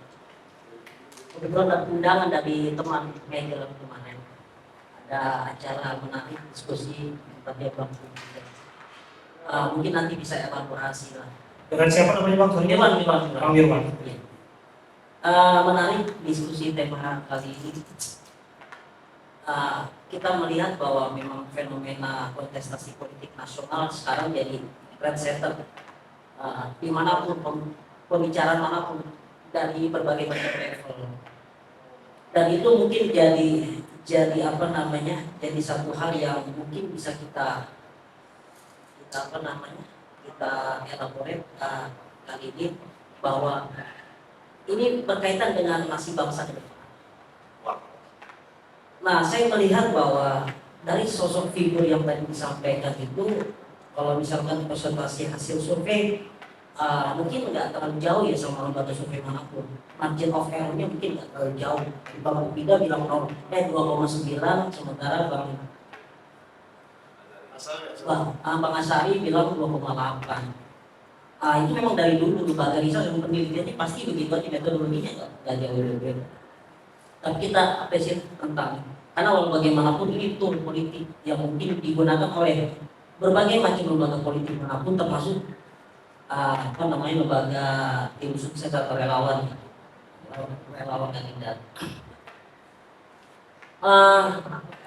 Saya tertarik dengan sosok Pak Ganjar itu, bahwa tadi disampaikan dari beberapa riset yang disampaikan itu representasi cilik. Karena kita tahu bahwa memang kalau bicara Wancili itu, kalau bicara konteks dampak ekonomi yang ada di daerah itu nggak terlalu berefek pada dampak ekonomi kayak misalnya ekonomi global ataupun ekonomi nasional. Tapi mau gimana pun tetap kita punya mimpi besar bahwa 2045 itu Indonesia menjadi negara superpower lah, bisa dibilang negara besar. Jadi itu jadi catatan bahwa kita juga orang Cina harus kita perjuangkan, bukan hanya kaum intelektualitas saja yang kita perjuangkan. Itu yang pertama. Terus yang kedua terkait masalah tadi abang bilang lembaga riset bla bla bla itu ya menarik. Tapi kalau saya melihat bahwa nggak bisa naik juga bang, mohon maaf bang. Kayak seolah-olah Ganjar Sunatullah jadi nggak bisa gitu bang, karena kita tahu namanya politik itu ilmu kemungkinan. Harus yakin Bu. Ya siapapun ya wajar lah. Kalau seandainya abang mewakili lembaga ini ya harus yakin. Cuma persoalannya ini kan bicara konteks politik ini nggak bisa kita pastikan. Semua itu ilmu kemungkinan. Yang kita tahu bahwa yang tadi abang bilang bahwa Pak Mahfud itu udah ada kepastian, udah sampai ukur baju seolah-olah dia nanti jadi yang kemarin kontestasi pertimbangan. Ternyata akhirnya berubah jadi Pak Maruf Amin. Itu artinya politik itu ilmu kemungkinan, nggak bisa diprediksi. Dengan apa? Bukan nggak bisa diyakini sepenuhnya gitu. Boleh kali ini nggak sepakat. Kayak gitu.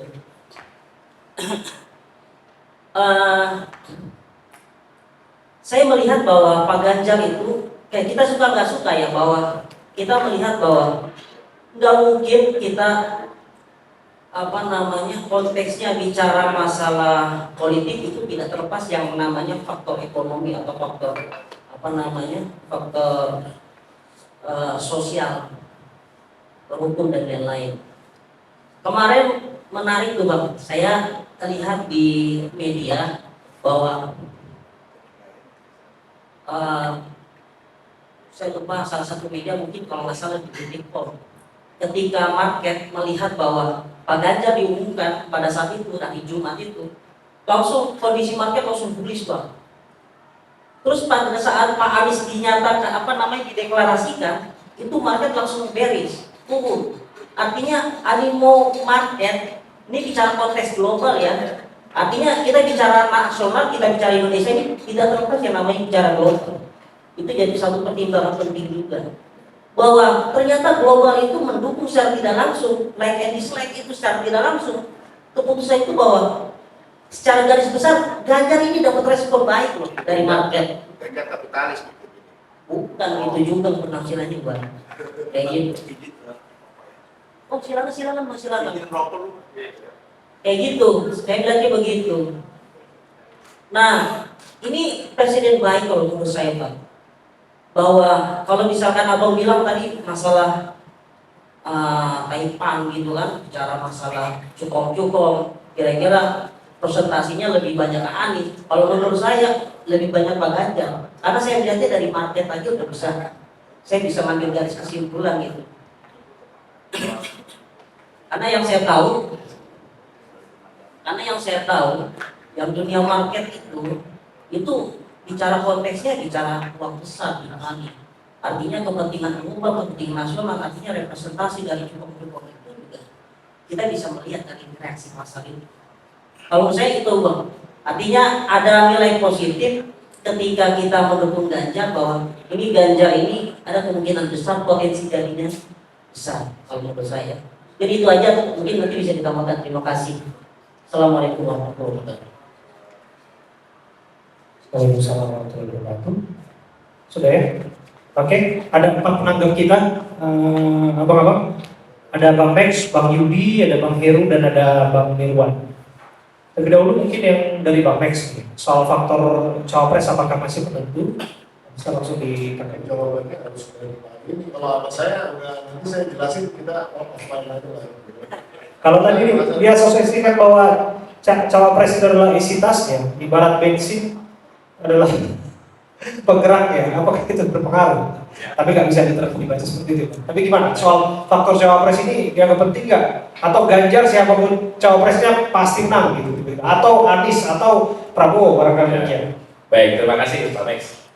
Artinya kita mencatat tadi ada banyak catatan terkait dengan pertanyaan-pertanyaan yang harus lebih konstruktif, bahwa kita harus menemukan persepsi masyarakat terkait dengan kebutuhan visi kepemimpinan ke depan itu seperti apa, dan apakah calon wakil presiden itu menentukan atau tidak. Kalau menurut kami itu cukup menentukan.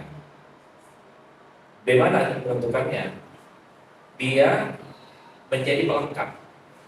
Contoh misalnya pada saat di detik-detik akhir Pak Jokowi menentukan Pak Mahfud perlu ada. Saya yakin sekali bahwa itu ada pertimbangan yang sangat mendasar. Kenapa? Karena bukan dari sisi dukungan ideologi atau dari sisi dukungan partai politik saja, tapi lebih dari sekedar itu, mereka harus mampu melihat iklim politik yang sedang menguasai persepsi masyarakat. Iklim politik pada saat itu masih dikooptasi oleh kekuatan, misalnya kalau kekuatan 212 itu masih jadi pembahasan. Sementara tokohnya itu adalah Pak Maruf Amin, bukan Pak siapa? Pak Mahfud. Artinya ternyata iklim politik ternyata lebih jadi pertimbangan ketimbang kekuatan dari portofolio si calon itu sendiri. Artinya di sini pada saat nanti ke depan kita akan melihat seperti apa calon presiden itu memilih, menurut saya juga akan sangat dipengaruhi oleh iklim politik.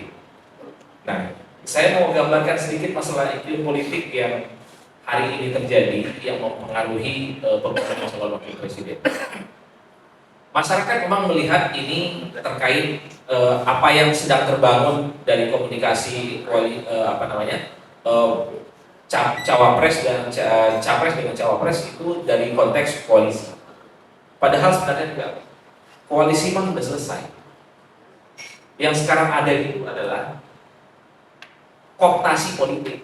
Kalau menurut saya sudah bahasa kooptasi politik. Siapa yang punya kewenangan, punya kekuasaan, dia akan melakukan kooptasi apapun bentuknya. Contoh misalnya seperti kawan-kawan pusat kemarin muncul tiba-tiba kemudian memunculkan suatu statement yang berbeda dengan statement sebelumnya. Artinya ini kan bahasa Bang Bombi ya, bahasa saya gitu. Artinya pasti ada kooptasi di sini. Enggak mungkin kalau nggak ada kooptasi. Ya, artinya mau bahasa endorser ke apa kayak itu, yang penting ada kooptasi politik di sini. Jadi sekarang bukan pada posisi koalisi lagi. Ada kepentingan. Ada kepentingan. Kepentingan elit modal. Ya, itu kan bisa diarahkan sesuai dengan bahasan offline lagi nanti ya. Artinya saya hanya menjawab ya sedikit saja dari Bang Max tadi. Yang jelas saya lebih mencatat masukannya. Kalau jawaban saya sih sederhananya seperti itu. Terus kalau menjawab tadi Pak Heru, ya menurut saya yang namanya keyakinan itu sangat penting untuk disampaikan. Kenapa? Karena itu karena itu adalah penyemangat. Tapi mesti diingat bahwa survei dilakukan untuk membaca kemungkinan. Nah, artinya saya mungkin sepaham dengan Pak Dewan tadi bahwa kita harus memunculkan banyak sekali alternatif pemikiran. Kenapa? Karena persepsi orang berbeda-beda. Tapi ada satu hal yang menjadi sangat penting, bahwa keputusan orang dalam mengambil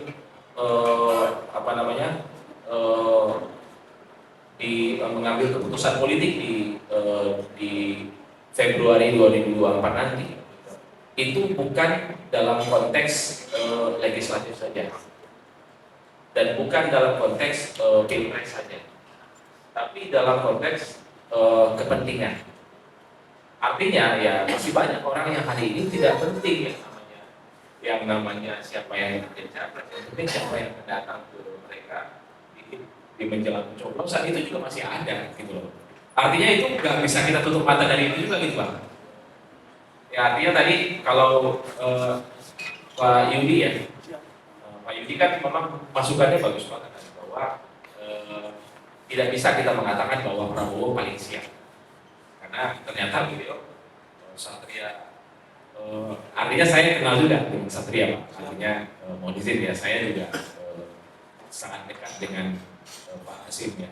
Artinya komunikasi menurut saya memang akan selalu ada dinamika itu. Tapi yang mesti diingat, masyarakat itu tidak akan selalu memilih karena persepsi dan pikiran logis. Kadangkala yang lebih banyak mendorong pilihan masyarakat itu adalah apa yang ada di amigdala, di otak belakang. Otak belakang ini bicara masalah hopes, bicara masalah fear, bicara masalah fun. Artinya siapa yang mampu menyentuh mereka di situ? Mereka akan dikendalikan oleh kekuatan yang mampu menyentuh. Dan menurut saya Pak Jokowi mampu menyentuh itu.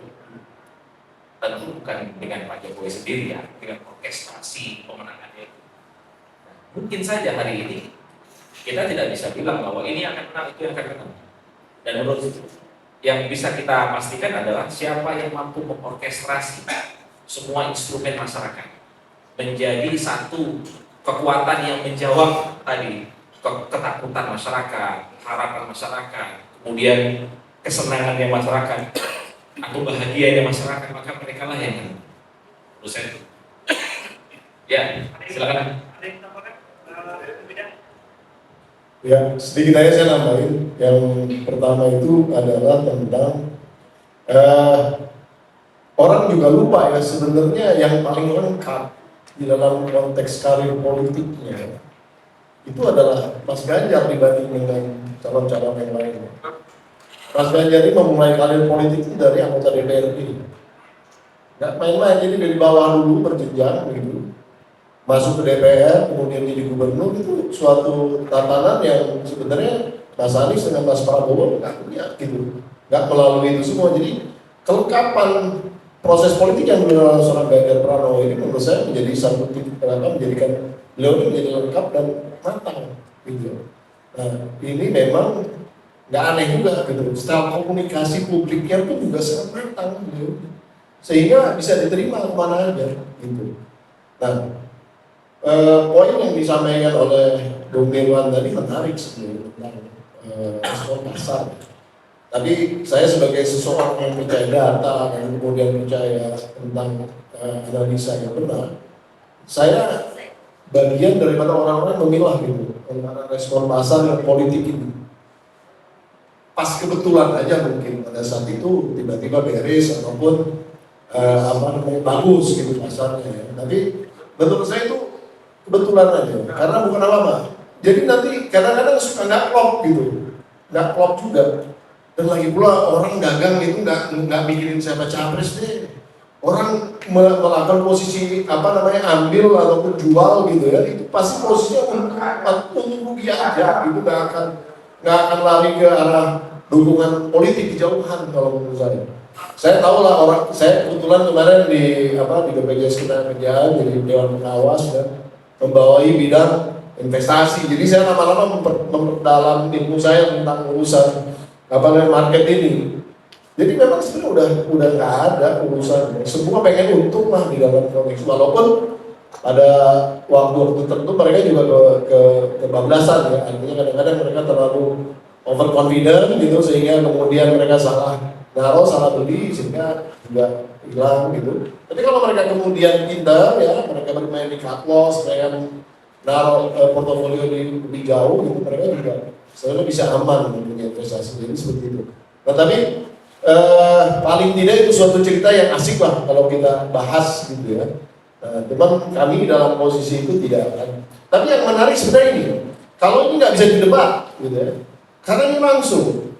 Jadi saya melakukan analisa ya tentang pasca ketiga capres ini kemudian menjadi bahan pembicaraan. Jadi kita melihat data-data kira-kira Google search ya tentang Ganjar, Prabowo atau Anies gitu ya. Baik di dalam pemberitaan, jadi orang mencari informasi tentang Ganjar, tentang Prabowo, tentang Anies ini beberapa bulan terakhir saya lihat ininya datanya, nanti saya bisa share ya. Tapi kebetulan saya nggak bawa, jadi keinget aja gitu ada di HP saya. Karena sebenarnya ini harusnya saudara Yasin nih yang duduk di sini, saya jadi pemain cadangan yang main gitu di lapangan karena yang bersama tidak hadir. Nah itu tuh jelas clear ya. Kepenasaran orang tentang seorang Ganjar Pranowo begini beberapa bulan ini grafiknya turun naik memang. Jadi yang balap-balapannya antara Ganjar dan Prabowo gitu, itu lucu. di Google ini, jadi Google Analytics silakan aja. Saya nggak usah habis silahkan menjelaskan, silakan coba munculin kata Ganjar ataupun berita tentang Ganjar atau Prabowo, berita tentang Prabowo gitu ya. Nanti turun naiknya tuh kelihatan bahwa Ganjar dan Prabowo itu sangat turun naik, di bawah levelnya tuh Mas Anies gitu.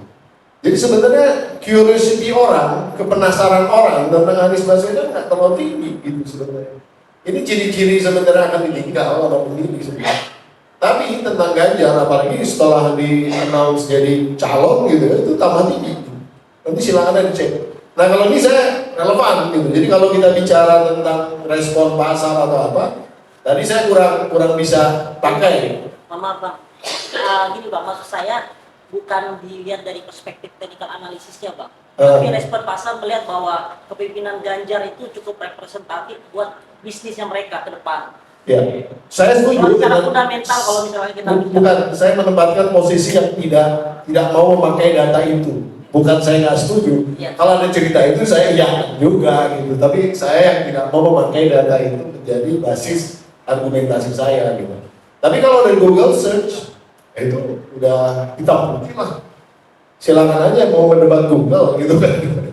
Nah itu aja sih. Jadi pada akhirnya saya menyimpulkan ya, kecuali kemudian tim kampanyenya Mas Anies mulai bergerak ya, membuat manuver-manuver yang membuat orang jadi penasaran. Tapi saya rasa udah cukup. Tadi juga saya kemarin saya dikirimin oleh penulis buku tentang Mas Anies, saya kirimin, saya banyak baca juga. Memang ada hal-hal yang menarik ya. Tapi basis komunikasinya ini memang untuk kalangan intelektual terutama ya. Jadi memang kurang sedikit bisa diserap gitu oleh masyarakat kelas bawah gitu.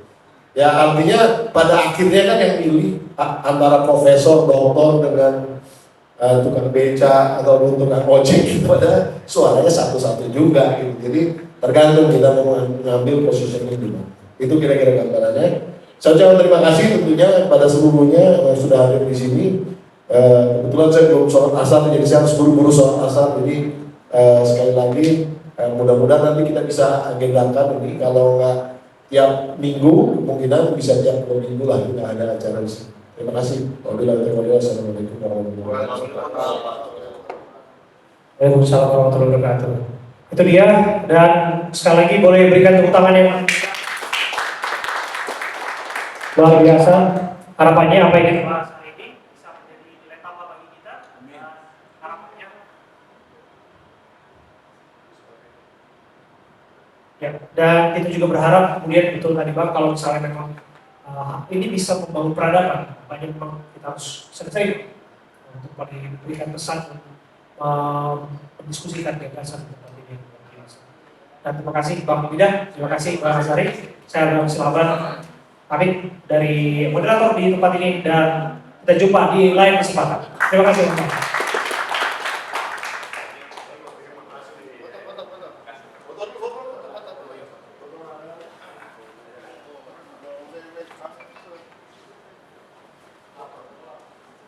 Ayo silakan mau gabung foto rame-rame. Nanti kalau menang foto di istana ya.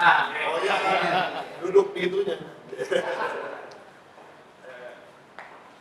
Kali ekstremis.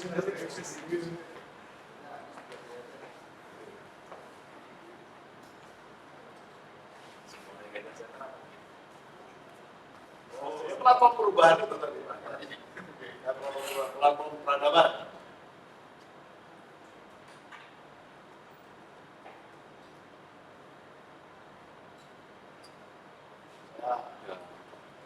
Terima kasih semua, terima kasih.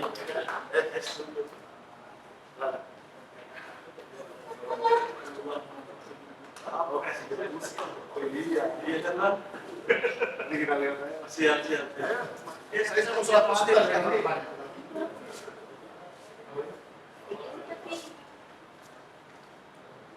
Ada yang ada di sini, ada di sini.